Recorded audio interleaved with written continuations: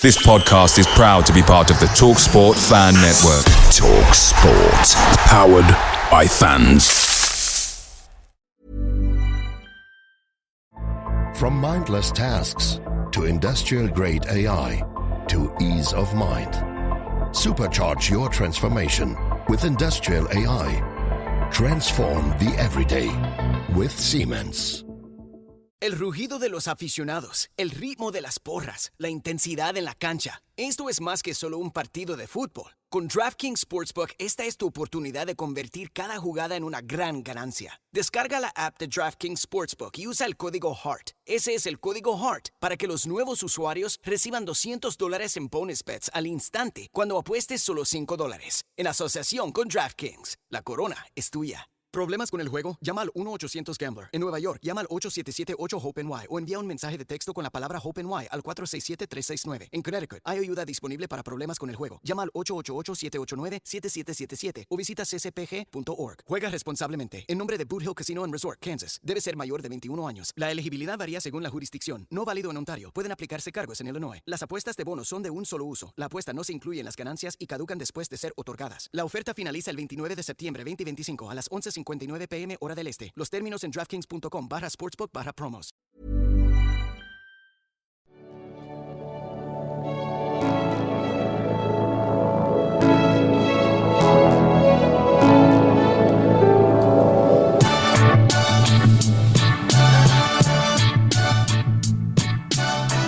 Good evening, everyone. Happy Monday, and welcome to episode 2 of season 15 of the one and only Tilton Talk show with myself, Paul Hipkiss, the chairman, Alan Watton. Good evening, everybody. And just before we continue, apparently I said something last week that upset somebody, and nothing is further from, I don't like doing that. So my sincerest apologies. And I only want to encourage other podcasters like ourselves. So, well done, Alan. Thank you very much. Good on you, Al. Welcome back for the first time this season, Mark Meredith. Good evening, all. Good to see you guys. And the next Mark, in his robe this time. Has it cooled down a bit in Coventry? It has a bit, yeah. But okay. yeah, I thought that. Mr. Road Mark Adams. Good evening, everybody. Everyone's all right. Mr. Fixer Craig Courtney. Good evening, everyone. Welcome to Monday. The one and only Chris Brown. Good evening. And saving the best till last, our special guest on the pitch at half time, Mrs. Claire Wielden. Good evening. What a weekend we've had. Absolutely. So, shall we start with Sheffield United, or shall we start with Blackburn and go back? Do you want to go back in time, or back and then forward? Shall we go back? Shall we start on Saturday and then go back? Go on then. Go on then. Yeah.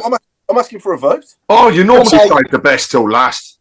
Yeah, let's go Sheffield United and go forward. Okay, Craig, I'll take your guide there then. So, I think last Wednesday night, it was an arm wrestle, wasn't it? But I thought we played ever so well, and it was good to see Kyogo get off the mark and get that opening goal. And Damari's persistence there paid off, didn't it? I know it was a terrible back pass from their player, but even so, he had to be there to nick it in, didn't he? And Kyogo couldn't miss from there. And I thought overall, again, some of the interplay, the way we're playing, and if we can do this over the 46 games in the league, then we're definitely going to be there or thereabouts come the end.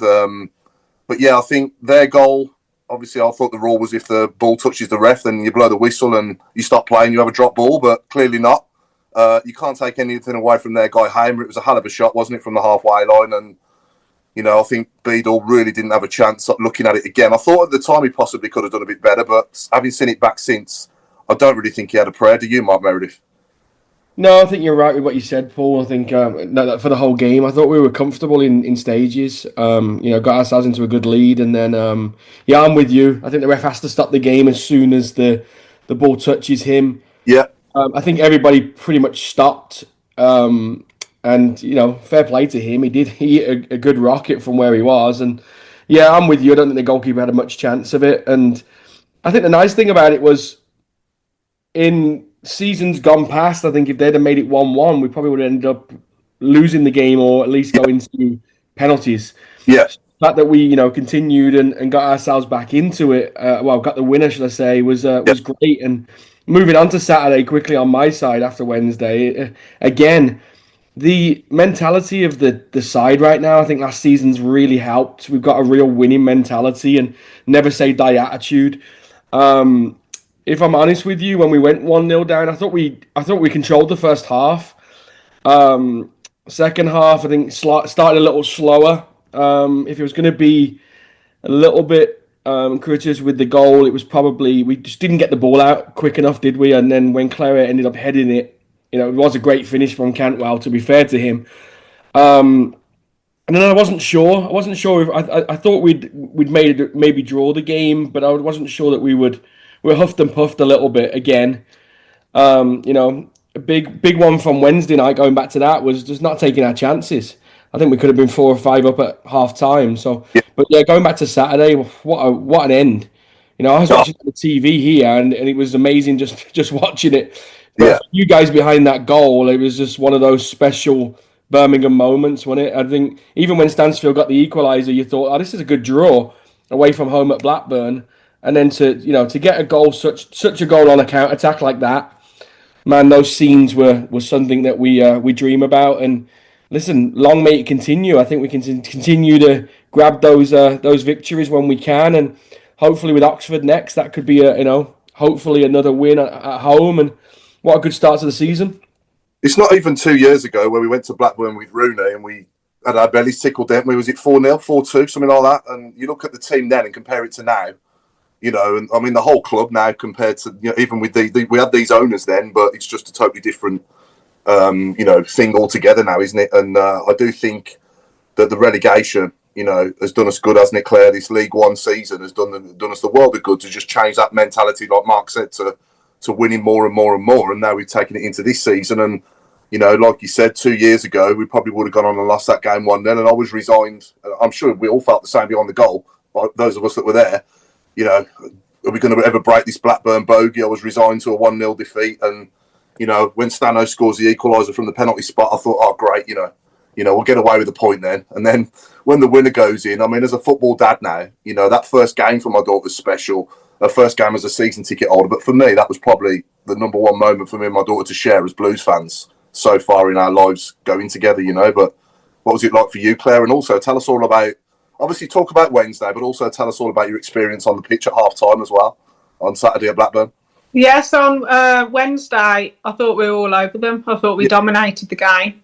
I know it wasn't their first team, but they've still got some quality players in there. I agree with Meredith, to be honest. I think, to be fair, we should have taken our chances. We could have been 3 or 4-0 up at half-time. Yeah. If anything, it was more frustrating. Loved Damari Gray's work ethic. I thought, it was like a goal, wasn't it, when he came back 60, 70 yards to get that ball. Yeah. And then I think Kyogo's going to score some goals for us. Yeah. Unfortunately, he didn't have his shooting boots on Wednesday, really. But again, we kept going and we kept going. We kept making the chances, which is better than not making them at all. I thought that Laird's goal should have counted. I got a bit confused about what really happened there. Obviously, when the corner came over, I wasn't quite sure if they blew the whistle mid. It was a bit confusing, wasn't it? And I just think, I do have a thing about the referees at the moment. I feel like it's not equal. I don't know if they've forgotten their yellow cards. I mean, in the Premier League, they've definitely got their yellow and red cards out, haven't they? But at the moment, whenever we play, there's a few decisions that are a bit dubious at the moment. But really pleased to get through to the next round. I think Port Vale will be a great game there. They're doing their 150 years as well. So that should be good. And then on Saturday, wow, that's what away days are all about.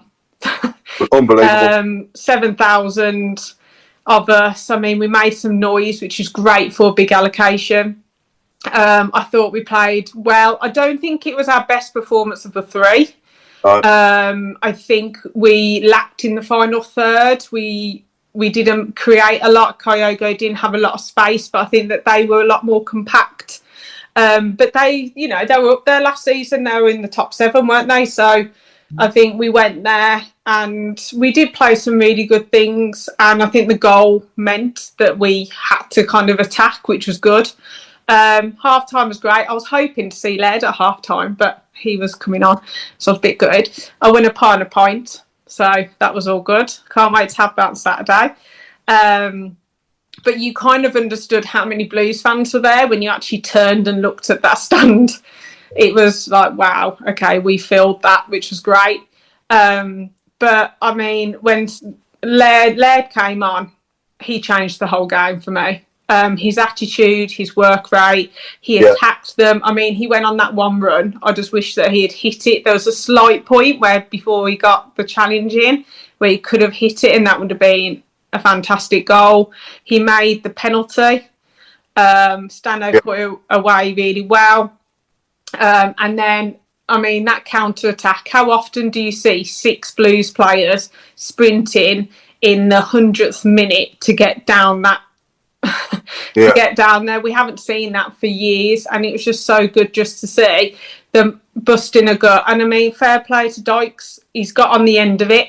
Last year or the year before, he wouldn't have got that. He would have tapped that to the goalkeeper. So again, I mean, the scenes were just phenomenal, and we haven't done like that for ages. But that is what away days are all about, and I can't wait for Oxford. It was a hell of a feeling, wasn't it, when the winner went? I just couldn't believe it. It was just, wow, you know, unbelievable feeling. And to me, it's just like a blur, isn't it? You know, when something like that happens, it's just pandemonium. You've got people that you've only known for the whole game, you know, jumping all over you like they've known you for 25, 30 years. But yeah, going back to Laird's header against Sheffield United, for me, if it was a foul on Keshi, it was a penalty. And if it was a foul by Keshi on their player, it was a free kick to them in the box, weren't it? So that's why it's a bit confusing, wasn't it? I didn't quite understand what was going on. No, I didn't. It couldn't. There's no way it could have been a corner again after he blew his whistle for a foul either way.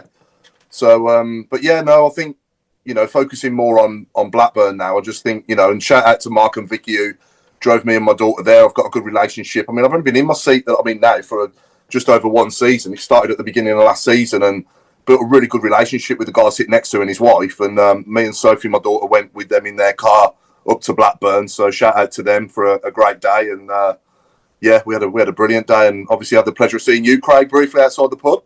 Yeah, even if I did miss you, which is really bad. So again, apologies. I thought you waved to me, but you must have been waving at someone behind me. I tell you, it was one of those. Me, Paul, and said he texted me, Paul, said he ignored you. Yeah, I must admit, he texted me that as well. Mm-hmm. Well, no, I actually meant I was ignoring you. No, I mean, yeah, I mean, first of all, so many times you can go to an away game and you've got barriers being put out the front with one in, one out to go and get a drink. And, you know, I think it was built up. It was built up as a raucous atmosphere. It was superb. Fair play to either the Blues or Blackburn, whoever it was that actually put up the electronic board as well. Because that was just brilliant to see as you went in, and you know it attracted so many people for pictures and stuff. Perfect advertising. But yeah, I mean, what can we say about the games? I mean, first of all, Wednesday night, unfortunately, due to Alan's normal nemesis, I had issue with the trains this time, so I was late in his goal. But yeah, I agree. First of all, we should have been 3-4 up at half time without fail. Had the team, I think, played a couple of more games, we'd have been in a much stronger position, because I just get the feeling that positive momentum will continue to build. On the goal for them, I mean, firstly, I've got to say, I don't very often say that I think the TV are right, but they explained why we were in that position and why the game continued. And plain and simply, it was because the ball hit the referee, but come back to a Birmingham player. If that had gone to a Sheffield player, the game would have stopped. Because it came back to Birmingham, it just continued, and he was robbed, and it was a great strike.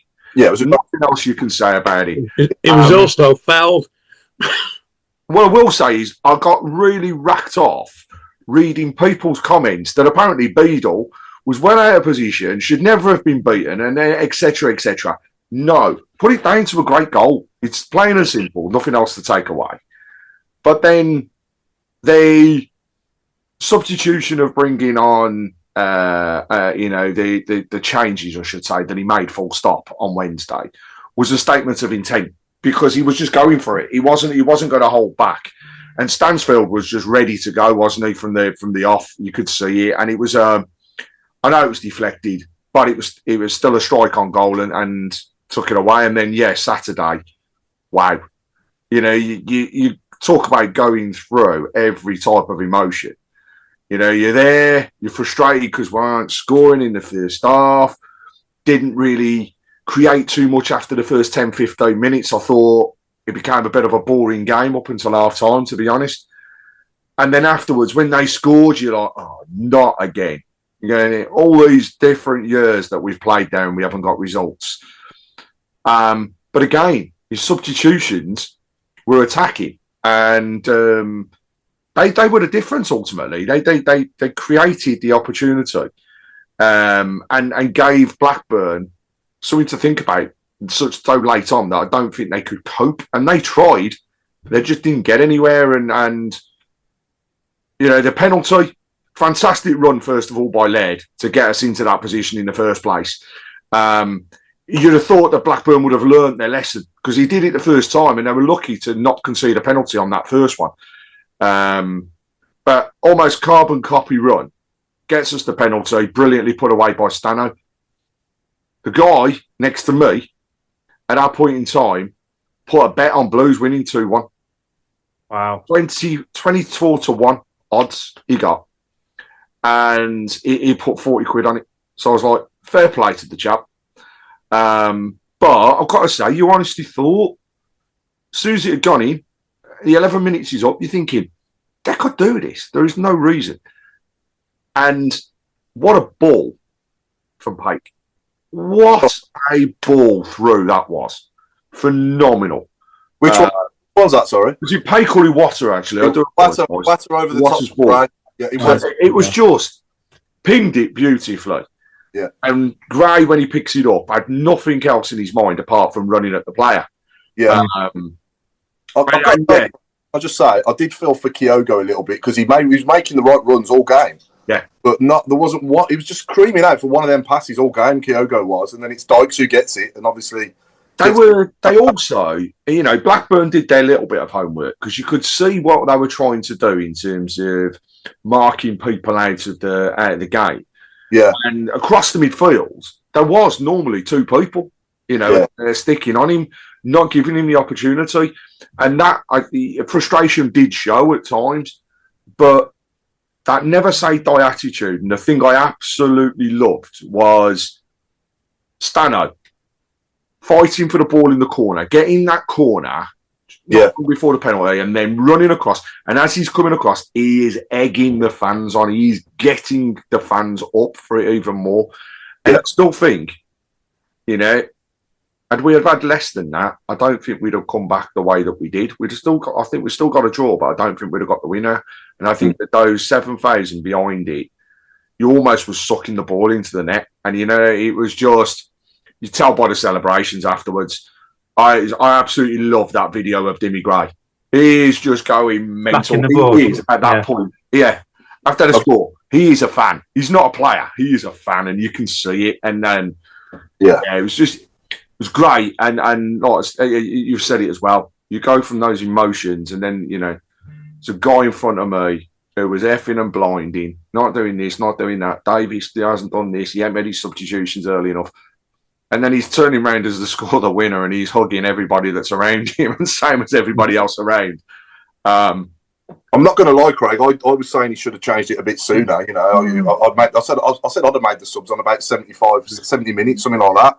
But I had no sense of time in the ground. Was it just me? There was no scoreboard. There was no time. It was behind us. Yeah, it was behind us. Behind us. We didn't have any idea in the top tier what was going on, how long was left. Didn't even know what the score was if I hadn't known off the top of my head. And I've got to say, actually, to the listeners and viewers now, if you could sum up Saturday's game in one word, what would it be? Because for me, it's playing limbs. 100%. I've got to shout out as well. We haven't mentioned him yet, Ryan Allsop, for that save at 1-1. Without that. No, I haven't seen it because ITV didn't show the highlights enough for us to be able to see it. We don't get nothing on ITV, mate. Just forget about Central News and all that. Honestly, we could win the Champions League and we wouldn't be mentioned first on that programme. So, but, Alan, they go on. I think goalkeepers can be unsung heroes, can't they? You know, and at 1-1, that save was as good as a goal, wasn't it? Oh, absolutely, yeah. I got a feeling that he did the same against Sheffield United, did he not? He pulled off a blinder that would have made it 1-1 at the time. Yeah, I must admit, at that point, I can't say as I enjoyed the game up until the last 5 minutes, because I was frustrated. that the last ball wasn't good enough, and the strikes on goal, which we had 5 times as many as they did, weren't testing the keeper enough. But at 1-1, I'm thinking, well, that'll do. We're done. And then they started to pile on a bit of pressure. And then they got that header, and I'd gone goal. And he pulled off this magnificent save. It was, wasn't it? Yeah, it was save. And I remember having a little discussion with Mark here about the best English goalkeeper he asked me to name, and I facetiously said Ryan Allsop, because he wasn't even in our team then. And Mark pointed out that how can you nominate a Birmingham reserve as the best goalkeeper in England? Well, patience, Mark, patience. I think he's as good as anybody I've seen. He really is. I mean, if he was 10 years younger, then he would be in competition for us in England's spot. But he's so technically good. He's so agile. He's good with the ball at his feet. I think absolute, certainly value for money. He's probably the best we've signed in the last 18 months. Really is excellent. Yeah. But again, I'll have to have a go. The other Mark now, because he was telling me that last week that Lyndon Dykes was this, that, and the other, and I told him up. I did not. You mustn't do that, because he'll come back and bite you in the ass, which he did. Well, and it was Mark, a terrific goal. Every time we do that, though, if he's going to score, if he's going to do that, keep doing it. Well, yeah. Okay, well, get in the queue. Yeah, absolutely. I think I'm gonna try a spider sense thing now, and I think from what I've seen of Beadle so far, it's only one game, and what I've seen of Allsop, I think we're going to need to sign a goalkeeper in January, another one, because I think Brighton will call Beadle back, because he's just not going to get a game for us. He's nowhere near as good as Allsop. He's better than Peacock Farrell, in my opinion. I think he's better than Peacock Farrell. Oh, yeah. But he's not as good as Allsop. He's not even in the same street, is he? So they need to call him back so that he can go somewhere else where he's going to play, if that's what they want. Because if he's going to be sat on our bench, he might as well be sat in Brighton, mightn't he? You know what I mean? It's good. It's good that he's there, obviously, and available if required. But what I'm saying is that if Brighton's aim is to get him game time and send him out there to play, then he needs to go somewhere else. I've got to read out one comment, sorry, Al, from the board, because it's just tickled me. But Pete Taylor has said, Chris, can you turn off the captions from the bottom of Facebook, because Rhino Sop doesn't play for Blues? Rhino. I haven't got the captions on, so nobody's watching. Rhino Sop, that's just brilliant. Rhino Sop. Apologies for the cough, by the way. I'm still trying to shake off this annoying tickly cough. I will mute myself as much as I can. But yeah. Anyway, Mark, give us your thoughts, mate, Mr. Robe. Yeah, I mean, going back to the cup game, I mean, I thought Beadle he didn't have a lot to do, really, in all honesty. He looked tidy when he was called on to do something, but we just dominated, like we've all said. It should have been 3 or 4 at half time. It should have been game over by half time. But yeah, I mean, we've had 3 opponents now, and we've battered all 3 of them. Yeah. I mean, it just gets better and better, doesn't it?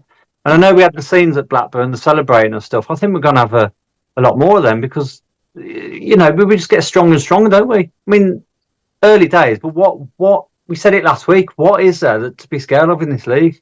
Because at the moment, the bits and pieces of other teams, okay, maybe Coventry looking good, but apart from that, there's just nothing to worry you. Well, I thought that it would be totally different to League One from who we played so far, and they'd be coming at us and we'd be under a lot more pressure, and it'd open up for us more to create more chances. But Nothing. Yeah, I thought there'd be a big, not a big golfing class, but I thought it'd be noticeable. But by and large, it's not. It's definitely quicker. Yeah, it's quicker. Sometimes quicker. Yeah, it's quicker, but it's quicker. Yeah, it's quicker. But we've competed and we've matched everyone so far. There's just no, there's nothing. I know we keep saying it, but there's nothing to be fearful of in this league.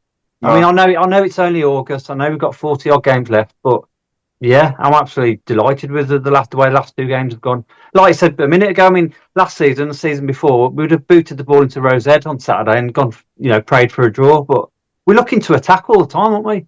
We're just looking to get 3 points all the time, and it's absolutely brilliant. I want to crack his mantra. I think that's Davis's mantra, isn't it? There is no business of I'm going to defend. He is attack. Yeah, I want to thank him. Well, I want to thank Chris Davies because he's broke the Burton bogey in recent months, and now the Blackburn bogey. I think you've seen from even when Stano scored the penalty, 91st minute on the clock, they're running to get the ball and take it back. Thought of we can win this game now. We're not going to do the draw. We've got 10 more minutes of injury time. We can go and win this. Yeah. Great to see that. Just that. And again with Stano, going back to Stano, that's 4-4 now if you count the Forest preseason game. Yeah. This guy only scores penalties, right? Yeah. I think the under-21s did him good, didn't it, as well? He's like on a bit of an upward curve from winning that as well, Yeah. That's done us the world of good, isn't it? Because he's just on fire. He's on fire at the minute, isn't he? Absolutely. But yeah, I think Ipswich and Blackburn, I was expecting them to attack us a lot more than what they did. They were almost like they were sitting back, weren't they, to bot us onto them, a bit like being in League One again. Yeah, I think that we shocked a few people, to be honest. I think the Ipswich game we did, but I like the fact that we just stick to our principles. We've stuck to last season. The one thing that I noticed about Blackburn, and I think we will notice about this league, is the size of the players they've been gone. Yeah. I mean, they've been in the gym. They've been having their protein because that number 9 that came on was absolutely huge. He stood next to Dykes, and I think at one point Dykes looked up and went, wow, you're like...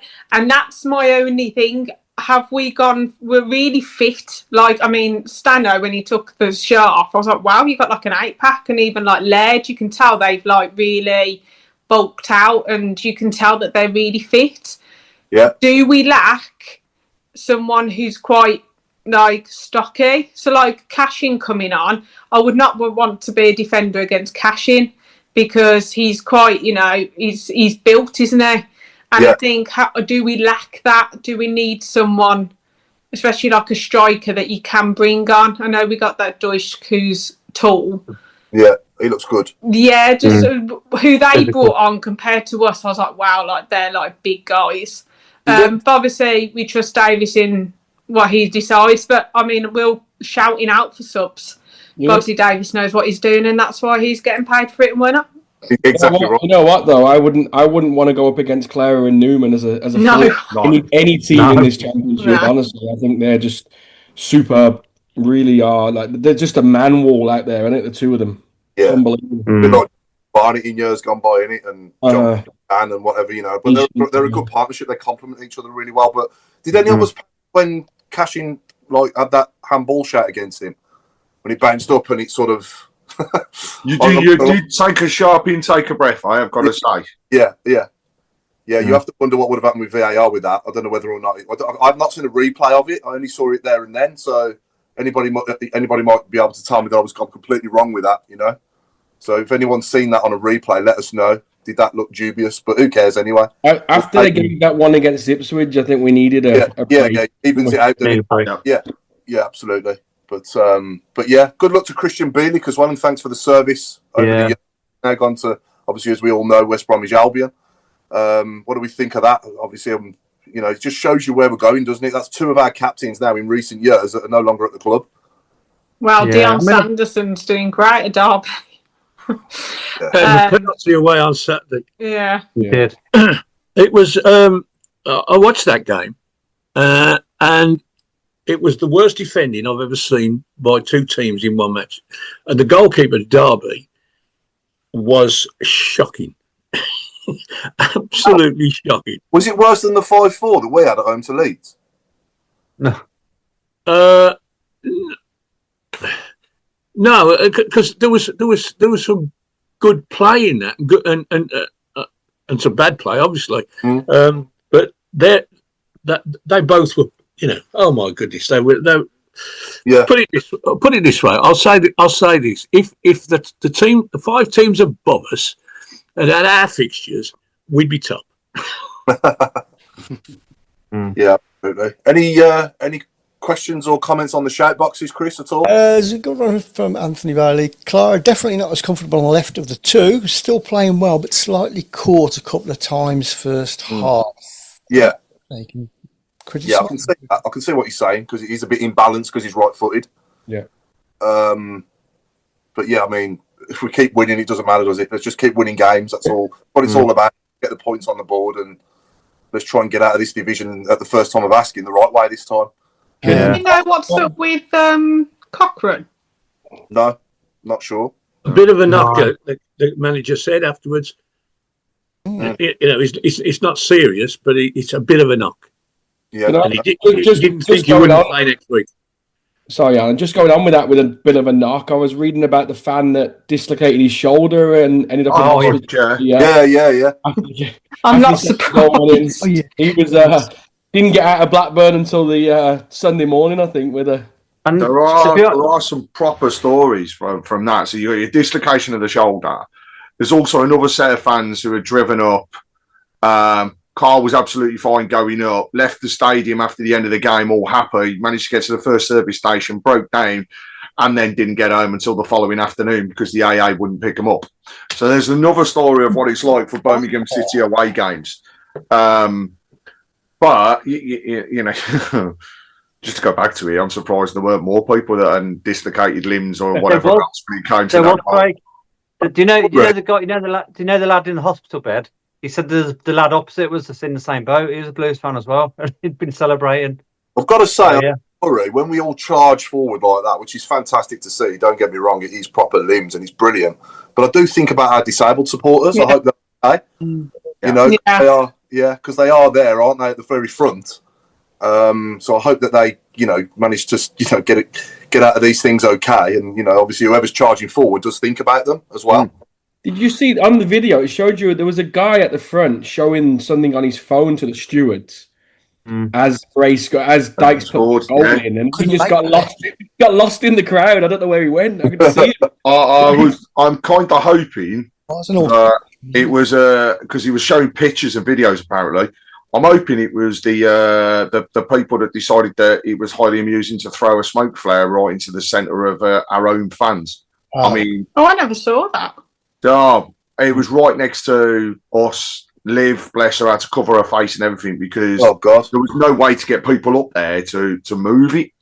But again, why do we need these things? It makes no sense whatsoever. But apart from that, fans, Craig, we used to set them off when we were losing, so I've been in away games where people have thrown it at Preston and we were losing. Yeah, just that. But the fans, apart from that, impeccably behaved. And I've got to say, you mentioned there, being in front of the disabled fans and everything else. I've got to give a huge shout out to Lindsay. What a fantastic online article that has been written on being a supporter who struggles with sight and going to games, and it's a credit to her. But also it's just fantastically written. So if people haven't seen it, we will get it up on the Tilton Talk page because it's such a great read and you really do get a good insight. She's such an inspiration. I mean, I've commentated for her a few times through the bad. Never forget Middlesbrough away when I literally said the goalkeeper and the two centre-backs' names and I was literally on repeat. But she is an inspiration and fair play to all of those that go who definitely, who do struggle, and fair play, and every supporter's a supporter, and it's nice to see the article from her. She's brilliant. Yeah, no, definitely. That would be some entertaining commentary, I think, with Claire standing next to you. To be fair, I do forget. I used to be like da, da, da, and then start singing, and then be like, "Oh, we're attacking." Good evening to everyone on and YouTube as well as Facebook, by the way. So we're live on Twitter for the second time. Is this Chris? Yeah, I think. Twitter, yeah. The new thing we started doing this season. Yeah. I think YouTube's having some problems, but I can assure you it's not our problem. It's YouTube. I think it's buffering a bit. So, is it? Right. We can't do anything about it. Has anyone seen the negativity though from other sites and other fans? The amount of jealousy, because we're just popping up on random clubs, feeds and posts, and they're just jealous beyond words. I've only got one thing to say to that, Mark. Is FEA. Exactly. Yeah, exactly. Yeah. That's it. But no, just we've had our fair share of pain, haven't we? Let's just embrace it and enjoy it. And I bet you these clubs that are moaning, a lot of these clubs would have been doing a damn sight better than us when we were in a bad way. Exactly. Yeah. I saw the rant against Stansfield. You see the rant against? Yeah, I was that Blackburn fan. I thought it was quite funny, actually. Yeah. It's just comical. Yeah. However, you shouldn't again. Our players having things thrown at them. So Stansfield was pelted with stuff, wasn't he? Including bottled, didn't he? Bottled. Yeah. It's just like it's ridiculous. Who threw that at him? It was Blackburn fan. Blackburn fan. Really? Yeah. It's just daft. What is the point? The end of the day, they're doing a job. You know what I mean? If you were doing your job and somebody else would come along and just upset you, would you go and throw something at them? No. You know what? So I don't get it. Lot of love on the board for Lindsay's write up, and also saying the same thing.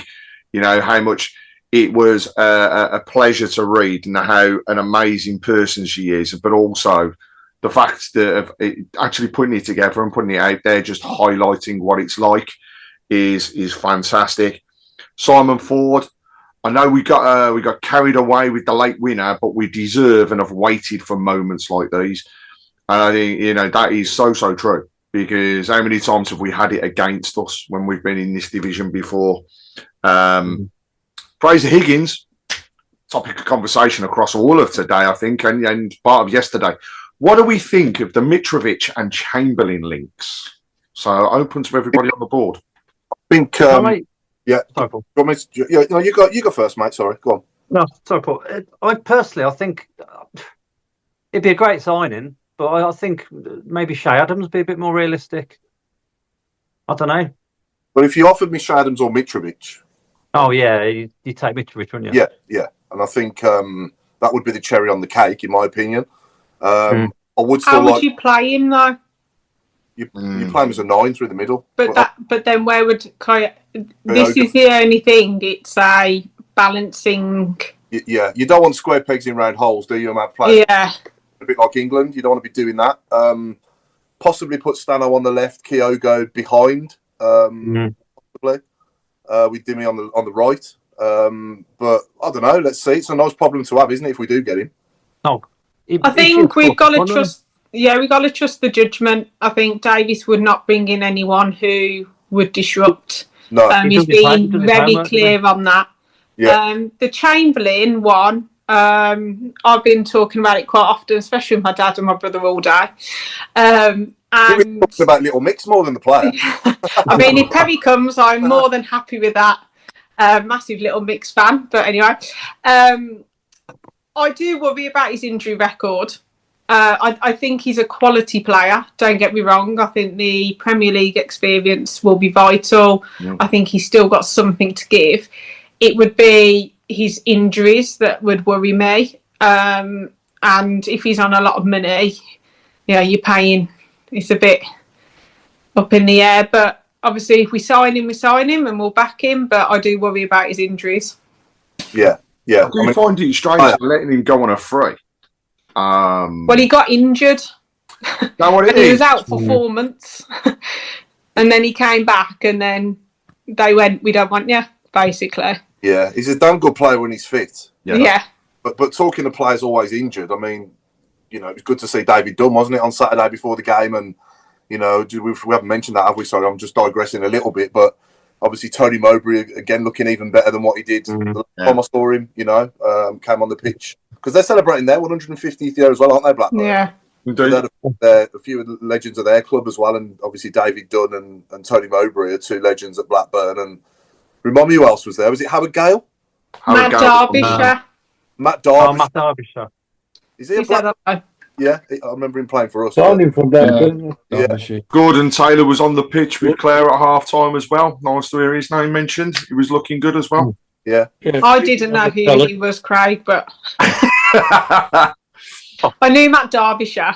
Matt Derbyshire, yeah. He missed the target in the middle of the. That was funny. Yeah, I'm going to kick it first. He was giving them permission to kick it first, and then he put it straight over, didn't he? Yeah, didn't he? You know what the strange thing is, though? I've completely forgot about the Mowbray time a little bit. You know, I don't mean that disrespectfully at all. I know why he left, but it's such a whirlwind with Rooney leaving and then him coming in, and then we had Rowett, and then we obviously got Davis, and we're in a position now where Davis has been magnificent for 18 months or whatever it is now, 16 months, and I totally forgot about it until I see Mowbray walk on the field, and then it was a little bit like, oh yeah, we did. You know, we had that little stage of a month or two with that, but yeah, it's definitely great to see him doing well for sure. Yeah, definitely. I don't think we'd have gone down last season before last if that hadn't happened to Tony Mowbray. No, I don't think we would, Paul, but I don't think we'd be in the position we're in now if we didn't go down. So exactly, I'd take it all day long, honestly. Yeah. No, that relegation definitely happened for a reason, didn't it? Yeah. But yeah, sometimes you got to take a step back to make 10 forward, and that's exactly what we're doing. So yeah, but the other subject I wanted to talk about as well was the new cup scheme. What are our thoughts on what the club have put out? Was it today, Claire? It's gone out this afternoon. Yeah. So basically, if you have a season ticket holder, you need to go to a game. Yeah. The cup game. That's what I mean. I'm in the automatic cup scheme. So if you're in the automatic, you're fine. But how I kind of understood it, I mean, I've been sent it about 1 million times, is that if you have a season ticket holder and you've been to one cup game, you will get president over the ones that haven't attended any. I think there is a bit of discrepancy. Not many people are happy about the priority 2, which is the non-season ticket holders that attend all the fixtures, the cup fixtures, being above season ticket holders that haven't. I don't know about that one, but obviously the club have decided it. I do get it, because if we get to another final again, I know it was a Virtue Trophy, but if we get far and then end up with a Premier League team, you know, I think they're trying to get more people down there for cup games. I think all season ticket holders should get a week to get their seats booked, and if they don't book their seats by that deadline, a bit like they do for season tickets, they give you a date to get you to renew your season ticket by. If you haven't renewed it by that date, then your seat's available for somebody else to have as a season ticket. Just do that with cup games, but do it in a shorter window. So the tickets are on sale on this date, and if season ticket holders haven't claimed their seats by this date, then your seat will be up for general sale. Haven't they done that? I think they do that anyway, don't they? Yeah, but Paul's right. It isn't a short time. You know, you go almost 5 days before the match, which, you know. Well, I'm just looking at the announcement that was put out. So you know, you'll be in the cup scheme, haven't you, Craig, to guarantee your seat as a season to guarantee your own seat. Yes. However, season ticket holders have from 10 a.m. tomorrow morning until 10 a.m. on Thursday to get their own seats or to get seats in the ground. To be honest, so they're there as priority over anybody else, because non-season ticket holders who attended Sheffield United can't buy tickets until August, 21st of August at 10 a.m. and then general sale is the 22nd at 10 a.m. Right. So if you're a season ticket holder, I don't think there's an excuse for not getting your own seat. You know what I mean? It's there, and in terms of the priorities, you're right, Claire. So priority 1, season ticket holders who have attended at least one cup fixture. Priority 2, non-season ticket holders who have attended all cup fixtures. So in this case, anybody that was a non-season ticket holder, which when you look at what they put out to start off with, 50% of the attendees at the last game were actually non-season ticket holders. Right. So that's then 1,000, isn't it? Yeah. And then on top of that, season ticket holders who haven't attended any cup fixtures, priority 3. Priority 4, non-season ticket holders who have attended a cup fixture. And priority 5 is general sale. But the fact is, we might not get through another round. And then the only one is the FA Cup. And we might not get a home draw in the FA Cup. So you have to look at it this way. Yes, we've got a home draw against Port Vale, but who knows? They could beat us. We might not go through. Or we get a next round and we don't, we're away from home. So the hoo-ha over all of it, I do get people's thoughts. However, the one other area I've got to highlight is the amount of people that buy tickets and don't bloody go. Yes, they're wasting their own money in effect. However, why should people buy, have the right to buy a ticket and then not attend and then expect to have a ticket going on further on down the line? If you buy one, go. You kind of earn your right, don't you? Same as a season ticket holder, you earn your right to keep your seat. So it should be the same across cup games. And I like what the club have done. I do understand people's frustration, I really do. But I like what they've done and they've made it very clear. And the other thing is the fact, as a season ticket holder, if you go to a bloody home game, you're then putting a stub towards your away season ticket for next season as well. Can't have everything. Life gets in the way, though, sometimes, doesn't it? For whatever reason, out of their control, a lot of the time, that they can't go to the game, especially when... I think this time of year, holidays, I mean, let's face it, we're talking the Tuesday after a bank holiday, the last one before the vast majority of schools go back. Don't need to talk about that, Craig. Oh, yeah, what upset Claire. She's, for everybody else, we have to earn the right to have time off for teachers. 18 weeks a year. 13. Get her back to school. Alan, what do you do, mate? Because I know it's difficult for you to get to night games, isn't it? So do you sort of sell your seat back to the club for when you can't go, or is it just empty? No, I've never. I'd be quite willing to do that, but I don't trust them to. I don't trust them to organise it.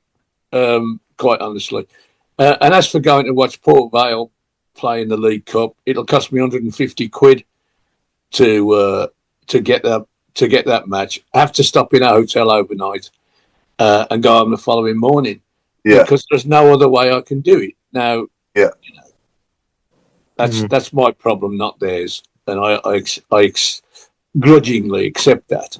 But I don't see why I couldn't buy a ticket for that match and not go and sit and watch it on the television just to qualify for the next ticket. I don't think that's right. Well, you don't think it's right that you can't do that? I don't think it's right that I can't do that. I could buy a disabled ticket for somebody sitting behind a post. Like the Villa used to sell tickets behind posts to blind people. That's Doug Ellis's trick, that was. And I could buy a ticket that was the cheapest I could find. Couldn't even see the pitch and throw it away. That would save me £125. And I'm already paying to watch it on the telly. Yeah, I think from the club's point of view, they want bums on seats, don't they? I appreciate that. Well, one of the things they could do to get more bums on seats is not close the bloody main stand. Excuse me, not close the main stand for every cup game. That makes my journey another 15 minutes each way longer, because walking around the ground and going to the station adds 15 minutes to a journey. That means I've got to come out. It's got 10 minutes. A staff thing, though, hasn't it, for closing that? I mean, if they open the main stand for well, close the other side. 100. Close the Tilton. Just for you. Well, yeah, they'll do that. Yeah, of course. I know. I know what I mean. I know what you mean. And you say, well, it's my problem. It's my problem. I must choose what I want to do, but I don't like being penalised for doing what is common sense, basically. Just on that, so in the NFL, we got a lot of the NFL ones over here, especially with Dallas, the Cowboys. If you buy a season ticket for the season, then you sign up to buy any of the tickets. That's preseason, that's playoffs. They're in your season ticket, so you have to buy them. regardless if you want to sell them after or somebody else wants to use them, you have to buy them because that's what you sign up for the year. So there's no reason why they couldn't do that as season ticket holders and say, listen, every season ticket holder at Blues are automatically in the club scheme. Oh, they are, Mark. Your money comes out, right? You are automatically signed into it, but you have a right to opt out. So every season ticket holder was automatically signed up into the scheme. Now, there's two things. If you don't register a card so that your payments can't be taken, that gets cancelled.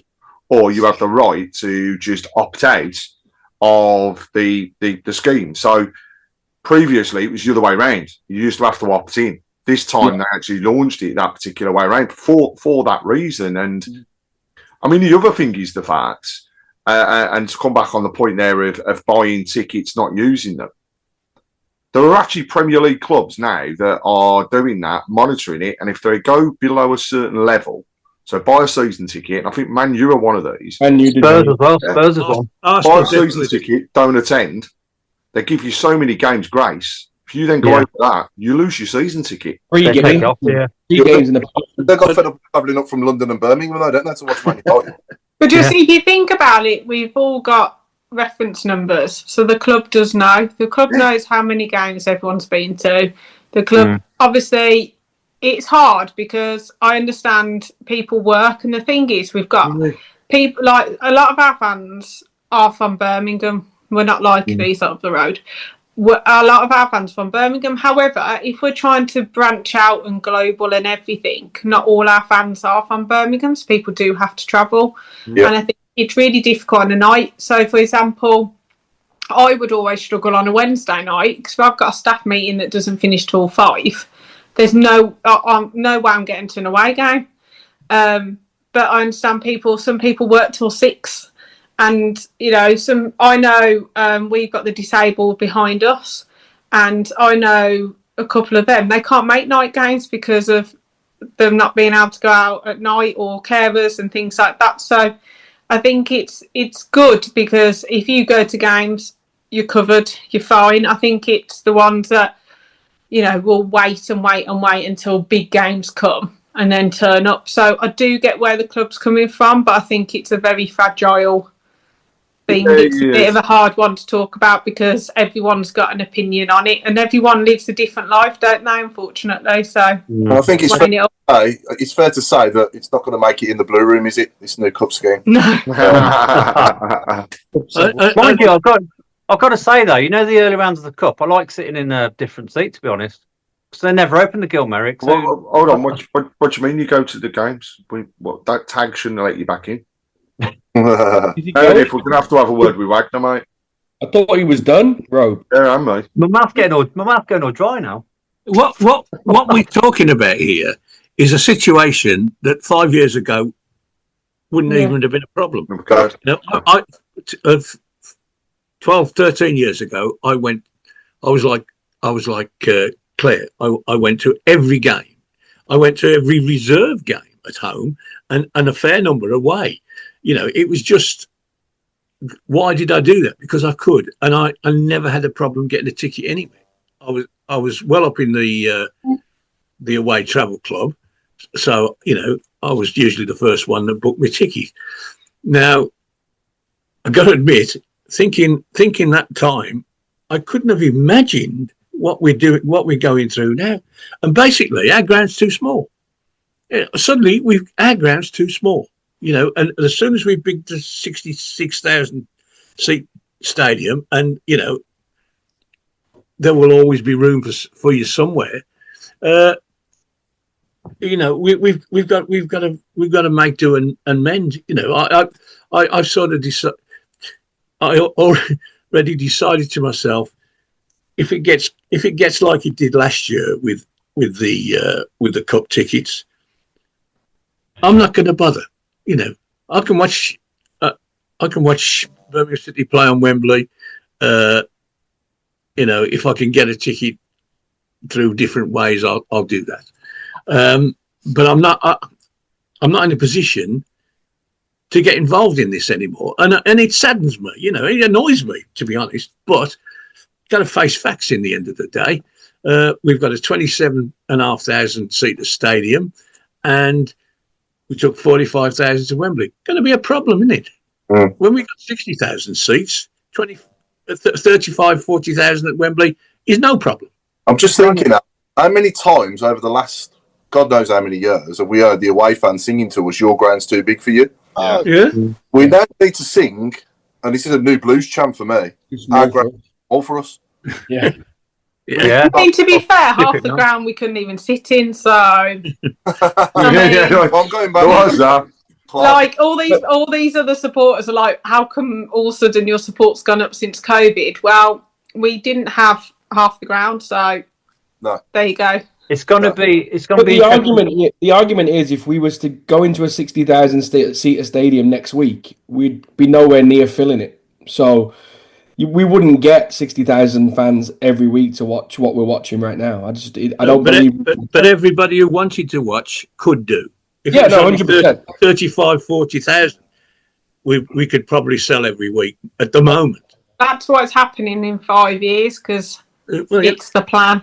Yeah. I mean, to be honest, in 5 or 10 years' time, if we are successful and we get into cup finals and stuff, people will moan because if we get to FA Cup finals on a regular basis or League Cup finals, you only get 25, 28,000.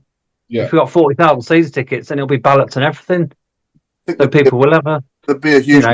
We opened a 60,000 seater stadium tomorrow. There'd be a huge novelty. I think there'd be a lot of people. I think we'd sell it out. To be honest, I think we would. I'm not saying every game. Within the life of this programme, one of the conversations we used to have every week was the bloody pies. Now we don't talk about the pies, do we? Or the talk urinals. about the game. Yeah. And the urinals. Let's just hope we can get a pie on Saturday because Yeah. quicker. So some people are getting free ones, so Well, hopefully I can get one because I hope they don't run out, or I hope it doesn't take me 40 minutes to get one. Claire, go for the 2 points, and like I said, instead of the pie and the point. Might think about that, yeah. Anyway, so are we all in agreement? Was it last week our first member of the Blue Room, or our first subject to the Blue Room, or person in the Blue Room was the one and only Mr. Sir Tom Wagner? Yeah, it was. Yeah. That was the voted, okay. So what did we have last week that didn't get voted? We can throw other stuff in as well on top of that. We've obviously got to throw Lyndon Dykes' 98th minute winner in there, haven't we, on Saturday against Blackburn, as a candidate. But what are we actually voting for this week then? Should we put it out there? We're going to sort of get to a top. Trevor Francis statue's got to go back in.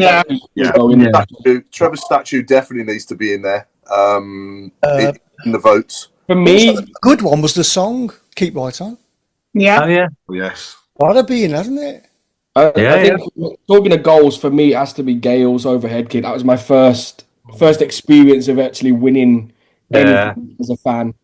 And Tatey's probably the best goal at Wembley as well, to be honest with you. Yeah, Tatey's shirt, I think, is another contender. But no, I would go Francis' statue for tonight if it was on mine. Yeah. Aside. Well, let the audience decide. So every time I see that statue, it just gets better and better. Amazing, isn't it? I know it's no different, but it's just phenomenal. Honestly, I saw it Saturday for the first time and actually going really close. The detail and the likeness is just scary. It's amazing. Scary how like that's the first thing on my list when I come back to England. I think I'll go and see that, and then I might go to my mum and dad's after. Yeah. Priorities. Number one priority. Hey, my dad's in Turkey this week, so he's not on the call. I can say it. I've just texted him. Yeah. I thought you'd have said a night out with me before we go into your mum and dad's as well. I thought we were going back. Oh yeah, actually, we might do that. Yeah. So we got to pick a 3 then. So we need a 3 for the votes for the. Or do you want more than 3, Chris? Are you going to put? What I'll do is I'll put the 3 on, and then I'll invite people to add some more on the bottom when I do the poll on the group page. You will get some people that put Bernard's son. They did last week. Yeah. Yeah. The only plaid sign that didn't actually play, who disappeared off the face of the earth. They have Mark Robe's £20 note, £20 note. Yes, my £20. Can we put that in the box? Can I go in the Blue Room? The Apple Robe could go in there as well. You think That What about my Jamie Pollock story? Do we think Lyndon Dykes' goal should be in the top 3 or No. I think can't we just put limbs? Oh yeah, that's Because limbs would be Caddis's goal in the last minute. Martin's? Martin. Yeah, like we do limbs, Dukey's goal. Parkers. Yeah, just limbs in general. Yeah, limbs and fans is probably the best way to describe that. The Blues fans, as a whole, our The whole fan base. yeah, oh yeah. Put the whole fan base in there, yeah. But Craig Gardner's goal against West Ham, that was limbs. yeah. I think Clinton Morrison against them up the road, the first goal in the Premier League that we scored against them. That was John's goal as well. Oh yeah, Zigic, the Zigic winner against even them. Horsfield's goal in that game to make it 3-0. It was yeah. Oh, that was at the Tilton. Yeah, that was some. When he went into his foot. one of the best nights that was. Enkelman. Yeah, brilliant. Enkelman's got to be in there. Enkelman's got to be in the blue room. Oh, Melberg. isn't it? Yeah. This list is going to be long. We have got how many weeks we got? About 50. So 50. What we'll do is we'll keep doing a 10 and until all the ones we want in there. And then we'll stop it. and the Ipswich game just for destroying the ground for us. There you go. Oh yeah. Yeah.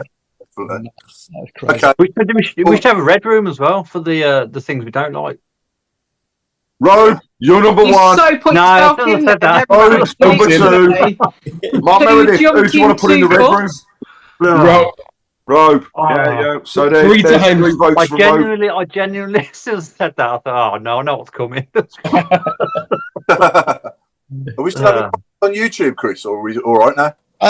It's sort of buffering. It's not. It's just a YouTube problem. I'm afraid I can't really do much about it. That's going in the red room as well, buffering. Yeah, buffering. Yeah. Paul, I've seen a question early on Facebook and about Rooney's recent comments after the documentary and what Brady said. Oh yeah. And Rooney's comments after, and he asked us obviously what we thought about, I suppose, his comments. So maybe a good little 5 minutes. We're in a mess when I went in there in 6th place in the championship.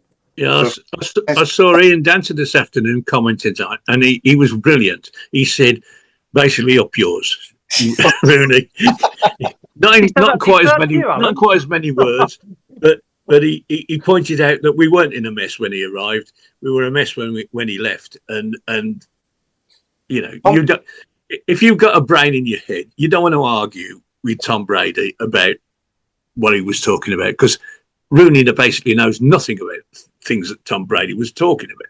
So I think the problem, Alan, was that he came in and tried to change the whole environment to an environment that we couldn't do at the time. Right. The players we had couldn't do the environment he was trying to set, and he wasn't a leader. We said this, said it over and over again. He didn't lead the group of players he had, and nobody wanted to jump on his ship. I think that's the fact of it. He can't change too much too quickly, and he didn't have the motivation or the passion or no one believed in his way. Because when I think back to Rooney as the player, he was on the pitch, and my God, he owned that pitch, and he was, 9 times out of 10 the best player on it.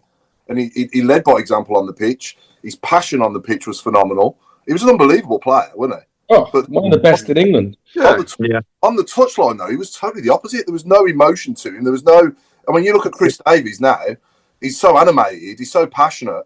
Because he didn't know what he was doing. Hadn't got a Scooby. Yeah, he was told to do no fear football without being able to know what no fear football meant.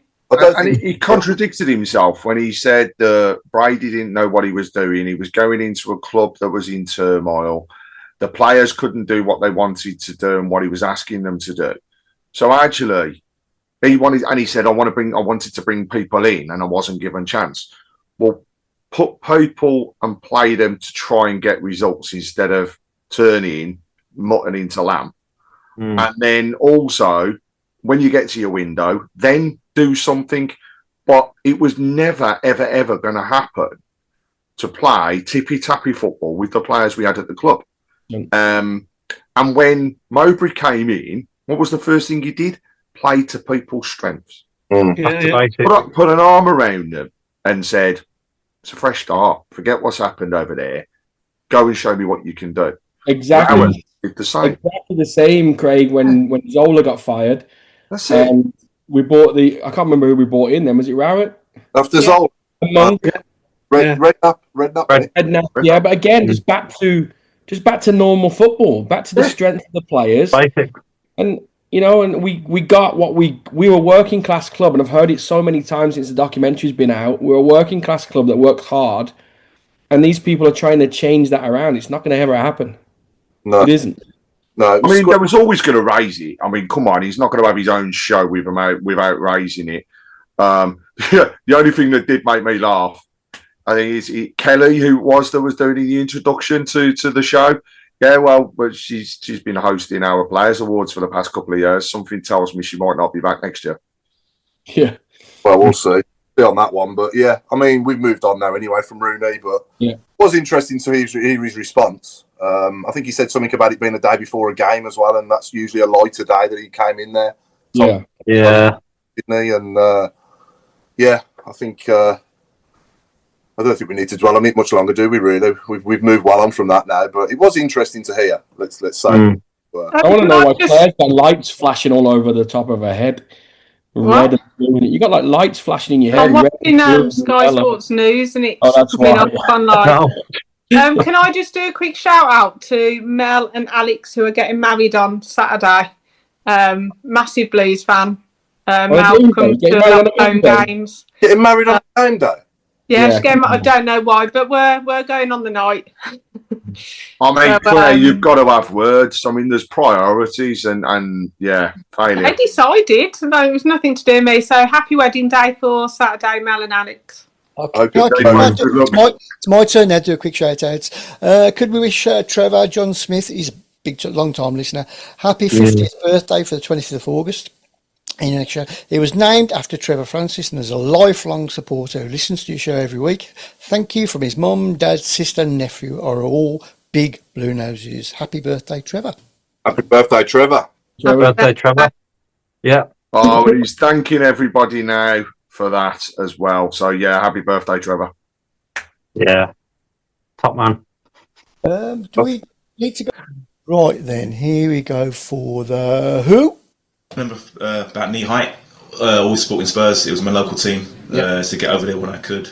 And I kind of grew up and still at this moment in time, just watch out for the results. That was one of our previous guests. No, we're not. I'm not. We've gone through the Can guests. we say what we think? Not yet. Give somebody a chance. Give me the first letter of who you think it is. Our first name or second name? First name. J. No. C. No. M. A. B. C. No. Can you play it again, please, Christopher? Okay, here we go. About knee height, always supporting Spurs. It was my local team to get over there when I could. And I kind of grew up and still at this moment in time, just watch out for the results. I thought I was there. That's got you stumped. And he's not been a guest. Oh. He's not been a guest, no. No, I don't think yes. Does it begin with L? No. You must have gone through the alphabet. People are saying Darren Anderton on the. Darren Anderton's coming up. I can understand it, but no, it's not Darren Anderton. That's got you stumped, isn't it? Well, he's English. Horrible because I recognise the voice, but I can't. Doesn't sound like a former Blues player though. It sounds like someone who used to play for them, who came off the bench against Ryder. Do you want a clue? Go on then. Okay, go on. Played for QPR as well. Oh. Is it Paul Furlong? Well done. Who? It was, in fact. About knee height, always supporting Spurs. It was my local team to get over there when I could. I kind of grew up and still at this moment in time, just watch out for the results. Sounds like Paul Furlong. I think it's P. Paul P. Surname F. And does he still hold? Another clue. Does he still hold? This Furlong shirt, isn't it? Doesn't he still hold the goal scoring to appearance record as well? Don't think he's been beaten yet, has he? I don't know. Don't know. It's one to look at. He had a phenomenal goals to appearance ratio for Blues. Kyogo's got 1 in 3. Yeah, the fact he only played 1 in 3, that was a problem. Yeah, it was good play, wasn't he? Yeah, let's go for predictions next then. So Saturday, home to Oxford. I'll start us off with a nice... I don't think it's going to be easy. No Rowett team is easy to play against. But I think we'll have too much for them, and I think we'll beat them 2-0. Road? I'm going to say... I actually got the Blackburn right on Saturday, so I'm going to say 3-1 this week. I think we'll win 3-1. But I don't think Oxford are no mugs, though, because they were unlucky yesterday. Yeah. Away at Hull. Harris now? Yeah. Is Sariki... not... Yeah, he's... Dembele. Came on a sub. He came on a sub. You know, and they've got Luke Harris. Yeah. Okay. Alan, prediction for Saturday? 2-0 as well, yeah. Yeah. You coming? Oh, yes. Okay. Mark Meredith? I'm going to go 2-0 as well. Craig? I'll go 4-1. Oh, in fact, that's the same as Pete Taylor. I'm just reading some of the ones on the board as well. We'll come back to them in a minute. Claire? I was right for the Blackburn game, so I'm going to go 3-0. I think I was right for Sheffield United. I said 2-1. Sheffield. Yeah. I think we'll have too much for them, but I think that they will make it difficult. I think it'll take a while to get the goal, but once we do get one, then it'll more. Yeah. The earlier we score, the better, because the opposition have to come at us then, don't they? Yeah. And I think with our pace now, I think that teams will be a bit worried about counter-attack as well. So on the message board, Paul Sterndale 3-0, Fraser Higgins 3-0, Mike Hill 3-1, Paul Lilly 5-1. So we're going up. Wayne Merricks has gone for 1-0. Pete Taylor says it's going to be a boring 4-1 win to Birmingham. And Pete Taylor's also saying that he reckons there could be a Kyogo hat-trick incoming. Oh, that'd be good. Kyogo or Kyogo? Kyogo. Got to say, actually, after the game on Saturday, he was... all the players obviously came over, and then they disappeared off the pitch. All the fans started coming out. And then the warm down started. And he was brilliant for the kids, because he come over... did his little warm down, and then literally jumped over the barriers, came and took pictures with all of the kids, signed the autographs for those that were still around as well. I felt for him, because you can blatantly see he can't tell a word of English apart from his name, because he'll always stop for his name, but the rest of it, no, didn't understand. He was just like, somebody said to him, "You played really well," and he just saw a raised smile. It was like he didn't understand what he said there. But no, fair play to him for coming over and actually taking the time with the fans that had stayed around. I forgot to mention this earlier. With the first goal against Sheffield United, they all talk about Damari Gray's wonderful. He robbed the bloke, run back, ran 50 yards. But if you look at the replay, when he got the ball, Kyogo was further behind him than he was. And for Kyogo to back him up and think, this bloke can do this, and because I can remember Trevor Francis doing things like that for England, and he'd get there and he'd put the cross in, and everybody would be standing on the halfway line because they didn't realise that Trevor could do that. But he oh, goodness me, his computer. He was there, okay, it was a tap in the end, but he had to run 60 yards to get there and support his... It just have been a waste of time. Definitely, yeah. Some more predictions on the board. Fortress St Andrews, Ray Hobrow said, and it'll be 2-0. Trevor John Smith's gone for 3-1. Dave Twine at 2-1. Some bloke called Adam Wilkes has said 2-0. Oh, dear. What did Adam say, Craig? He said, "You're horrible." So Chris Rowe said 4-0. Katie Gillespie's gone for 3-1 Blues. Deborah Smith has gone for 2-1 to Blues. Chris, your prediction? Yeah, I'm going to go for a very boring 4-0 win. Wow. Teams don't lose 4-0 very often, do they? No. But let's hope it does happen. That'd be nice, wouldn't it? But yeah. Are we going to see Chris Brown in a thong again this year? That's the We already have. You don't want to do it again, do you? Yeah, I don't want to. No, that's what I'm. Yeah, what's it going to be if we win 6-0? Yeah, somebody's got to do a forfeit. Yeah, you. Right, okay. What forfeit? Actually, if we score 6 goals, we'll put it on air now. Robe will leave the show. So come on, Blues. Come on, Blues. What do you think he'll do Saturday if everyone's fit? If Cochrane's okay, and do you think he'll go with Laird or Asai Samuel at right back? Because that's I mean, what decision? I mean, I would obviously go for Laird at right back. Well, I think at home he should.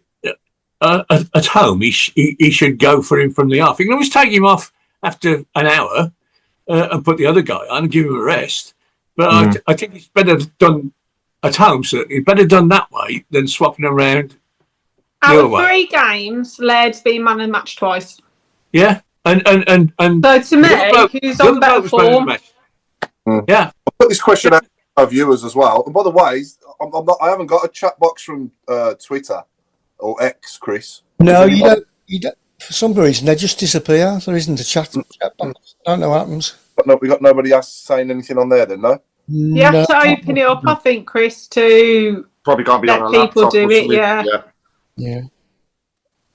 I think. Yeah, I'll try and sort that out. I like what you said, Mark Meredith, playing both. Maybe play Laird or Asai Samuel on the right wing and the other one right back, or the other way around. That could work. But then would you drop Gray or Anderson? Because I thought Anderson played. Yeah, this is the headache, and it's good to have a headache. Yeah. Put Damari on the left, because I think he's actually better on the left than he is on the right. That's another one, because like, I'm not being funny. I was talking to a few people, and my friend Jordan put it on X about Damari being on the left and someone else on the right. And I totally agree with that, because I think Damari Gray would be better cutting in. He had that one on Saturday. He went miles wide, but he cut straight in and shot. And I seen him score for Leicester a couple of times like that. And then as well. Be nice to see them switch over. Be nice, like, during the game, because he goes into pockets. But I don't know. Is it? Yeah, we all seem to move around the front. They all seem to go in together, don't they? Yeah, I'll tell you what I am looking forward to on Saturday, and hoping it's all finished. But the covering across the area at front of the Kop. So, Tifo.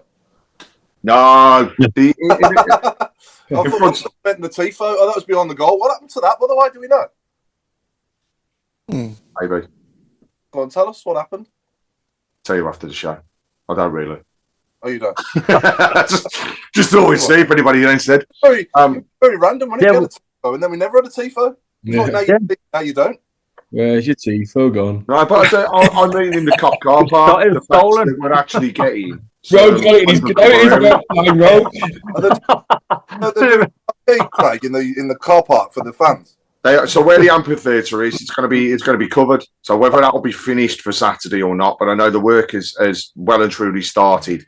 But it'll be great because, I mean, on last season, you were either piling into the fan park around the other side or going into the stadium earlier, just to stay out of the bad weather. Where at least now there will be an element of covering, and also it was asked for by people. So yet again, the club have listened, and that's what they're going out to do. So I think again, it's another thing for our owners. You know, they listen to the fans, they take on board the feedback, and they act on it.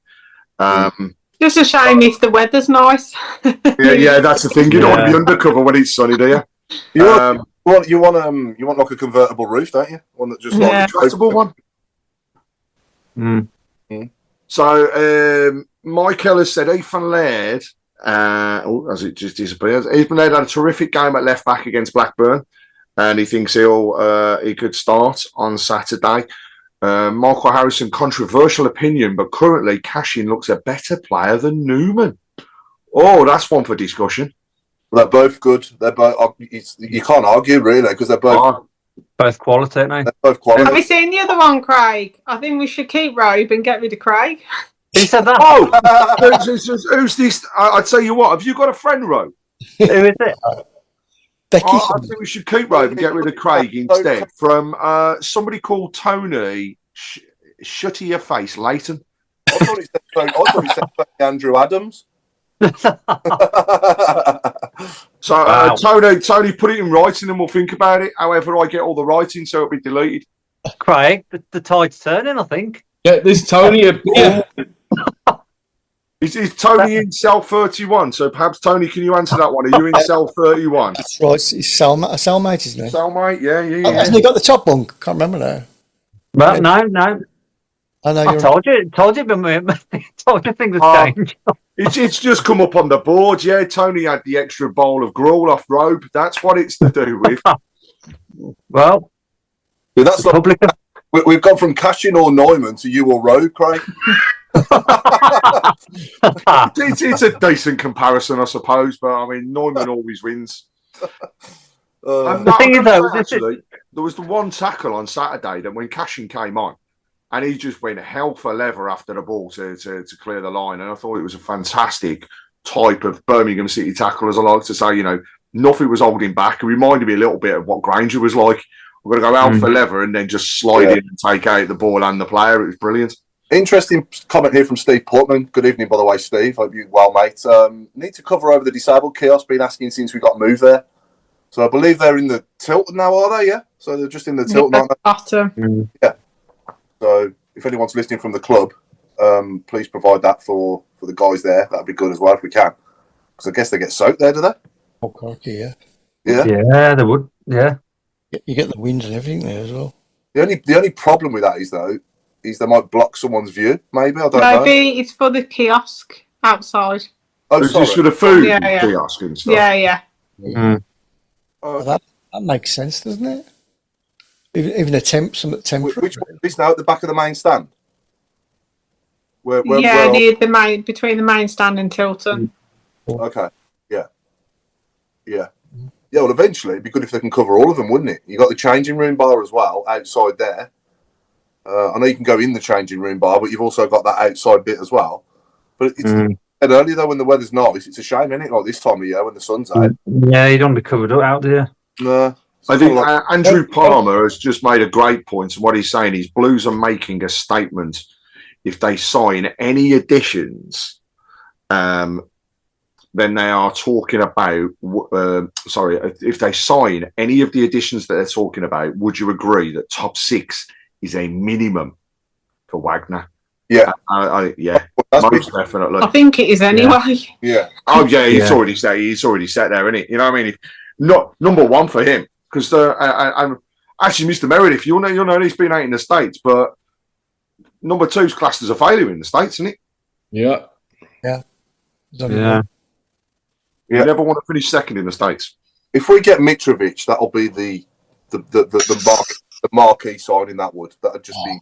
Yeah. He will get over 25 goals. Oh, we'll score a hatful with that team. Yeah.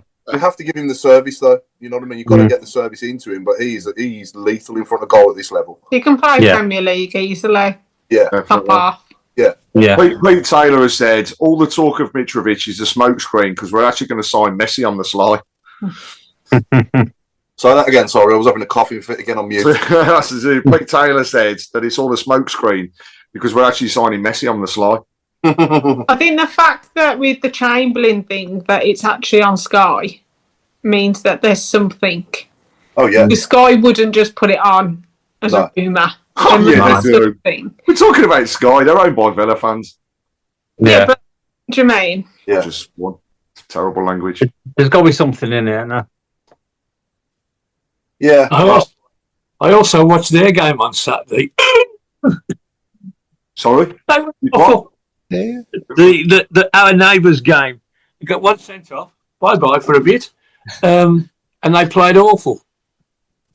Good. Yeah. Don't know, Newcastle didn't score, to be honest. No.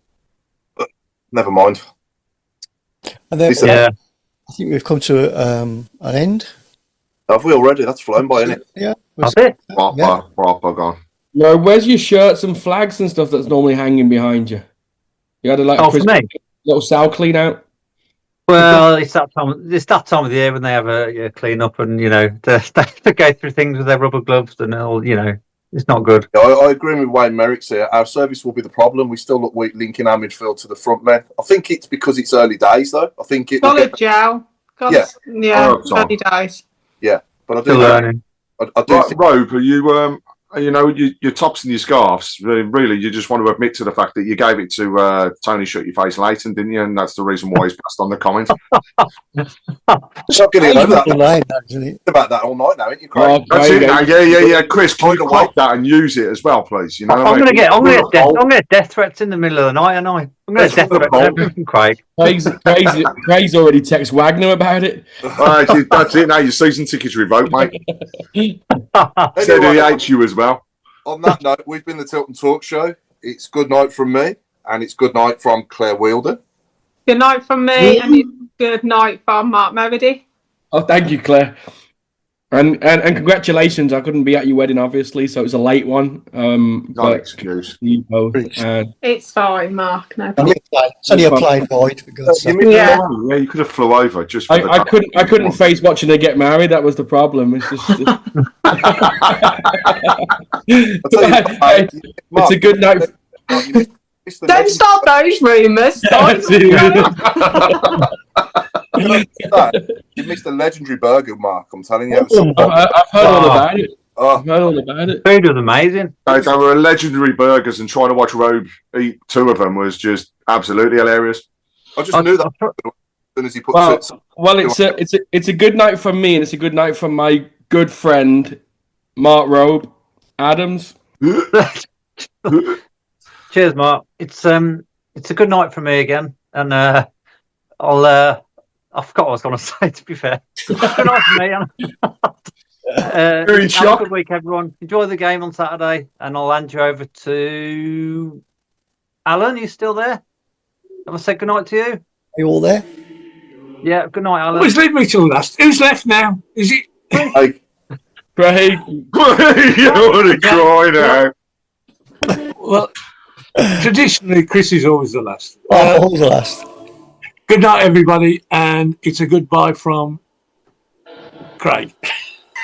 and it's a good night from me, and I'm just going to pretend that I'm Robe now and think, who does it normally go to? Have I got my job right? Oh, yeah, that's right. It's back over to you, Paul.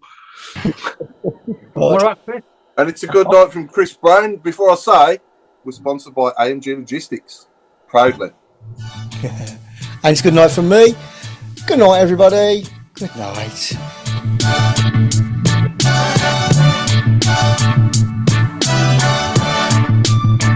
I'm smiling, Robe. You haven't got any friends. Oh dear. You know what, Craig? I saw the video so you can call me Al earlier, and it just reminded me and you in the same room. Yeah, he cried as well, didn't he, thinking about it?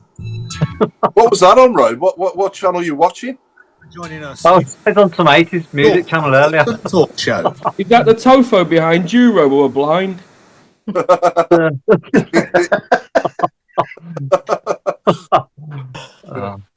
Oh dear.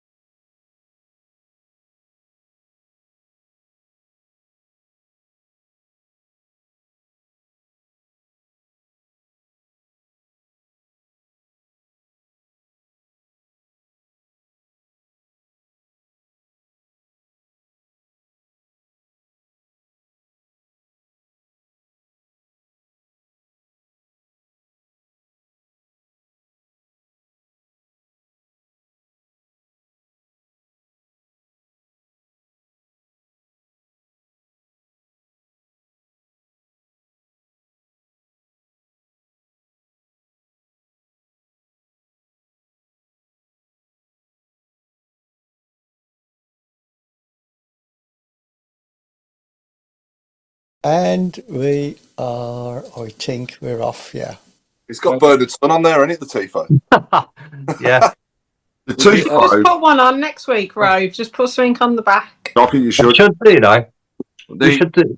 Tifo was happening. Yeah, the Tifo didn't happen because it was catching on the scoreboard. So until they fix that, you won't get one. Oh, right, okay. I'm not bothered if we never have one anyway. Like that. No, I just think it's a new thing. Yeah, well, they do it up the road, don't they, with Ozzy Osbourne on it and everything like that? We don't. Yeah, I know, but loads of like Wolves did it, and I mean Sunderland's one was wicked the other day. Yeah, it was amazing. That was like, we are here. Like, to be fair, I was impressed. I just want to be able to see. When the flag goes over, I can't reach it, and I can't see a thing. Do we know if Ozzy Osbourne ever went to watch them? He never went, Paul. So why are they? He never went to a game. So why do they claim him as a fan? He declared himself as a fan. Did it? Yeah. Oh, that's fair enough then. I don't know. Like our future king that we don't talk about. Who? Because in his autobiography for Geezer Butler, he said Ozzy's never been to a game in his life. Mm. So okay, well, I'm going to go and watch Leeds and Everton anyway. Yeah, me, mate. Leeds have started quite well, to be fair. Oh, yeah. They've what? Started well. Yeah. Yeah, I think they might stay up this season. Grealish is on the bench. Yeah, he's going to get match fit and play for ages. Nah. Good. I think it'll be good for them, though. I think see you later. I'm off today. Yeah. Bye.